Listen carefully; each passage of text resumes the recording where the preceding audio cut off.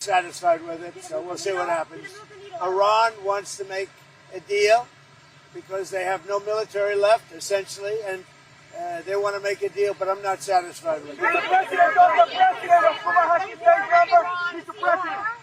not seeking congressional approval to extend it? Because it's never been sought before. There's been many times, and nobody's ever gotten it before. They consider it totally unconstitutional. But we're always in touch with Congress. But nobody's ever sought it before. Nobody's ever asked for it before. It's never been used before. Why should we be different? Are you willing to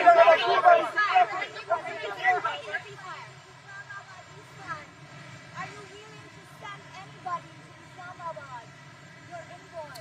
We have great respect for Pakistan and Islamabad, and tremendous respect for the Prime Minister and the Field Marshal, and they're working with us. They continue to work with us, but the trip is a very long one, and we're doing everything in terms of negotiating right now, in terms of the negotiation telephonically.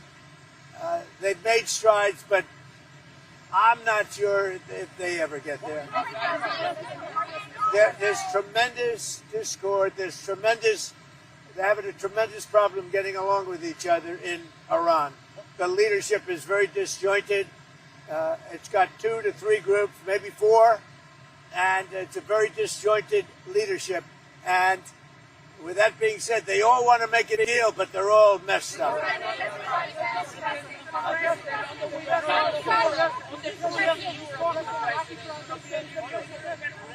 I spoke with the winner, a very good man.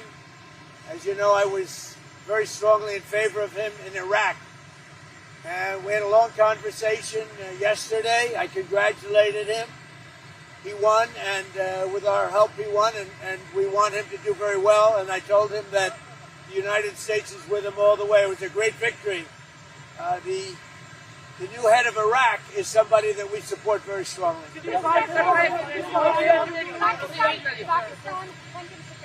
Pakistan has opened the land route with Iran. Did they consult you before opening it up to Iran? And are you aware of it? That was a vicious bee. I know everything about it. Yeah, I have great respect. Are you from Pakistan? No, I'm not from Pakistan. I have great respect for Pakistan and for the Field Marshal and for the Prime Minister.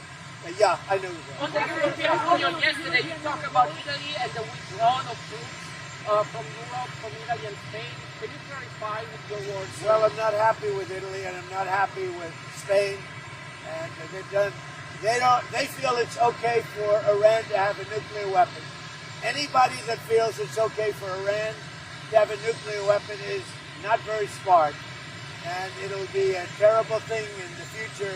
If they were ever allowed to have a nuclear weapon, you would have problems the likes of which the world has never seen before, and it's not going to happen. And aside from that, right now they have no Navy. It's been wiped out. No Air Force. It's been wiped out. They have no anything. They have no anti-aircraft. They have no radar. They have no leaders because, frankly, their leaders are very disjointed. They have a lot of problems right now. They're not getting along with each other. Their leaders are not getting along with each other. So.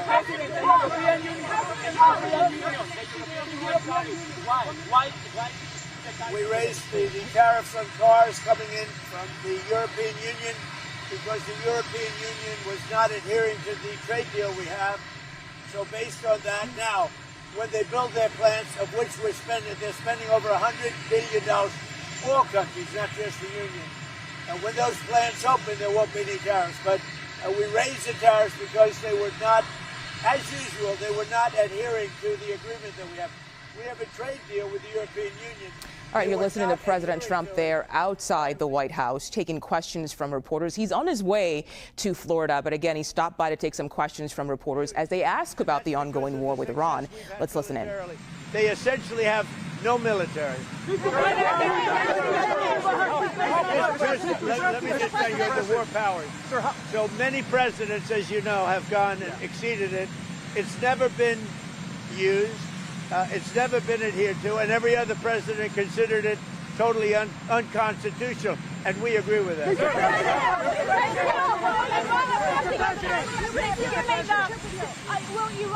Will Iran affect your China trip given the blockade? No, and China, it's going to be amazing. The visit with China and Chairman Xi, that's going to be great.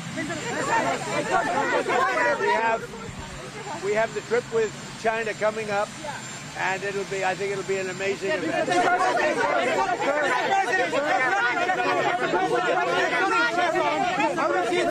Mr. President, if you can't get a deal on Iran, what next? What will you do?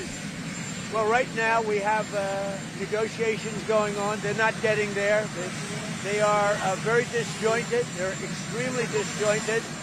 They're not able to get along with each other as leaders. They don't know who the leader is.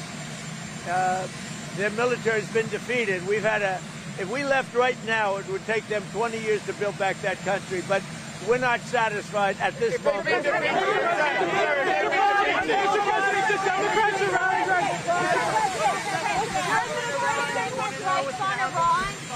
you considering new strikes on Iran? Why would I tell you that? Spirit Airlines, what has been the holdup on a deal? Are they balking? At it. We're looking at trying to help them. Something we're not looking to get involved with, but if we can, it's 14,000 jobs. I would say we're driving a tough deal, but it's one of those things. We'll do it or we won't. We'll have something for you today or tomorrow. It seems like the other lenders are balking. They think they'll get bumped down in priority. Well, they will. We come first. Hey, you know what it is? USA first, America first. That's my point. Including with airlines, including with Intel. You know, we made an Intel deal. You know that, right? We made about $40 billion on that. And someday Fox and Peter's going to talk about it. But we helped out Intel, and we ended up making $40 billion. So we're looking at Spirit, different kind of a thing. But we're looking at Spirit. If we can help them, we will. But we have to come first. We're first. It's America first. The CEO of Anthropic came to meet Susie Wiles a week or two ago. What is the latest on your position on that company? Well, only that they had a very good meeting. You had the CENTCOM commander come in here yesterday. Was he briefing you on a different approach, options? What kind of options? How would it look different? There are options. I mean, do we want to go and just blast the hell out of them and finish him forever, or do we want to try and make a deal? I mean, those are the options. Do you want to go blast the hell out of him? I'd and prefer finish him not. forever? On a human basis, I'd prefer not, but that's the option. Do we want to go in there heavy and just blast them away, or do we want to do something? They're a very disjointed unitship, as you can understand, Peter, very disjointed. I mean, they're not getting along with each other, and it puts us in a bad position. One group wants to make a certain deal, the other group wants to make a certain deal, including the hardliners. The hardliners want to make a deal too. Why wouldn't they? They have no Navy, they have no Air Force, they have no anti-aircraft, they have no nothing. There were some reports this week that because of all the firepower required for Epic Fury, that there are people in the White House who are starting to worry about our inventory of bombs and missiles. Are you worried? No, we have more than we've ever had, actually. Because all over the world we have inventory, and we can take that if we need it. But all over the world we have tremendous amounts of inventory, the best. For instance, we're stocked and locked and loaded. Right now, we have more than double what we had when this started. But, you know, we're all over the world. We're in many, many different countries, many different places, all packed up. Now, what happened is Biden came in like a stupid fool, and he gave a lot of what we had to Ukraine. Right. And $350 billion they spent. We don't do that. Everybody has to pay. The European Union pays us, but Biden didn't get money. He got nothing. But he gave a lot of the inventory away. Now, relatively speaking, it's not that, but it was a lot of inventory. He gave it to Ukraine. We built it up, but we have inventory from all over the world. Are you going to go to the G7? The G7 is in France in June. Will you go to it? Probably. Mr. President, will the Lebanese and Israeli leaders be meeting here soon? Mr. President? President NATO. What about NATO? Did the king change your mind? King Charles? No. King and I had he's just a great person. He's a high quality person. I love the job he did in Congress. He actually got the Democrats to stand. He's a wonderful person. She's a wonderful lady, a wonderful queen. Until recently, it really was kind of keeping a low profile, but they have good relationships with Iran. They have good relations with the United States. The U.S. calls Asim Munir his favorite field marshal. This is the man who's the powerful army chief there in Pakistan. And so we saw the U.S. sending representatives to Islamabad, Iran as well. Historic direct negotiations between American and Iranian representatives. But we have not seen anything conclusive come out of those talks that could bring this war to an end. My next question here, also a development that we heard yesterday. The president said yesterday he was discussing a briefing with the Central Command Admiral Brad Cooper that there are two options in Iran. Quote, I mean, do we want to go and just blast the hell out of them and finish them forever? Or do we want to try to make a deal? I mean, those are the options. Those are the words of the president. In your reporting, does the president's administration have a larger appetite for escalation or diplomacy? You know, we've been hearing a lot of bluster from this president, threats to blow up Iran's power plants and infrastructure. But then when it comes to actually pulling the trigger, we're not seeing a lot of action. And one of the reasons for that might be that Iran has threatened to retaliate in the neighborhood if that happens, to be blasting away at energy infrastructure in the Gulf. And so that could cause a really spiraling level of economic damage that perhaps this administration is not willing to contend with.